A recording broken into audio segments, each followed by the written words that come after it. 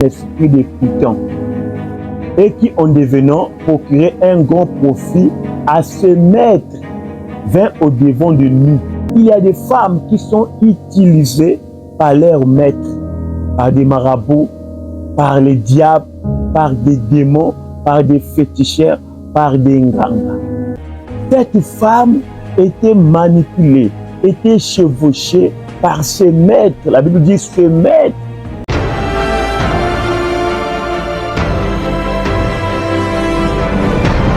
Tabernacle de la foi, parole, puissance, sainteté, prière et amour. Que Dieu vous bénisse richement au nom du Seigneur Jésus. Nous sommes toujours sur notre thème, la démonologie. Aujourd'hui, nous allons continuer avec la femme serpent. Bien-aimé, chaque femme n'est pas une femme. Comment ça? Il y a des femmes qui sont utilisées par leurs maîtres, par des marabouts, par les diables, par des démons, par des féticheurs, par des nganga. Avant de continuer, lisons d'abord la Bible, là où nous allons mettre notre fondement. Lisons dans Acte 16, verset 16. Comme nous allions au lieu de prière, une servante qui avait un esprit de putain et qui, en devenant, procurait un grand profit à se mettre, vint au devant de nous. Vous pouvez continuer Acte 16 jusqu'à la fin. Vous allez comprendre bien l'histoire.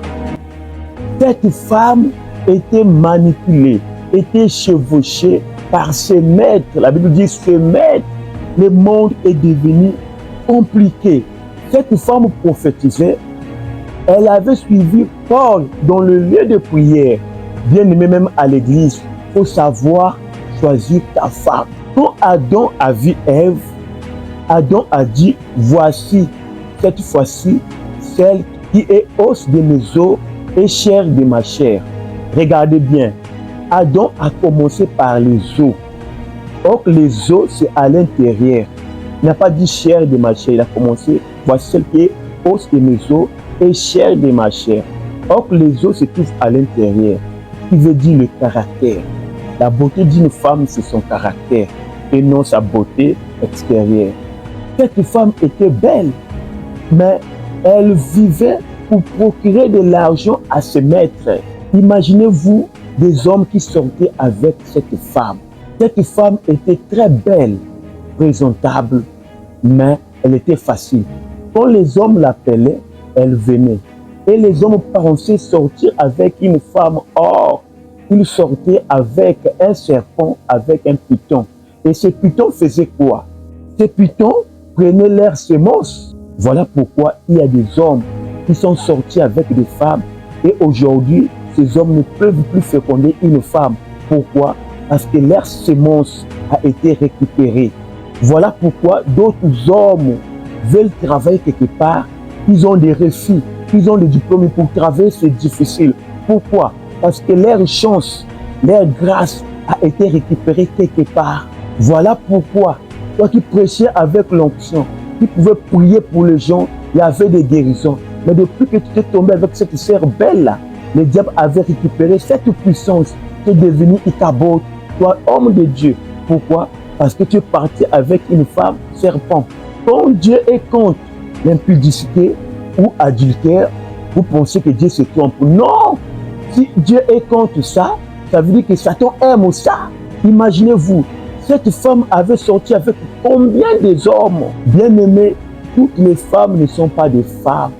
D'autres femmes ne sont pas des humains, mais ce sont des serpents venimeux.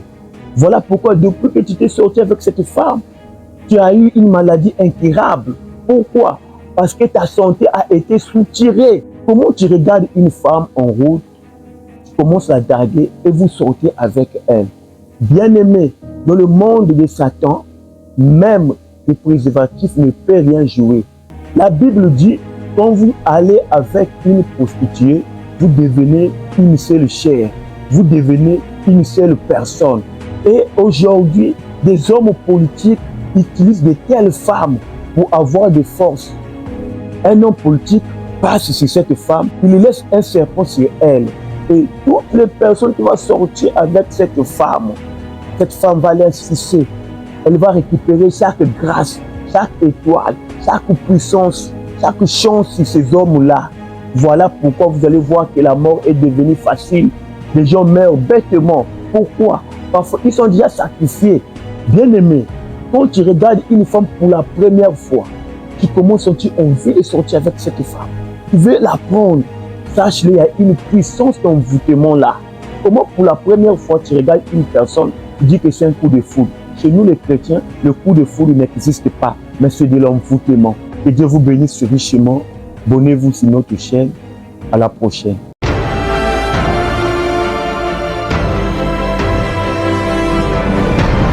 Tabernacle de la foi, parole, puissance, sainteté, prière et amour.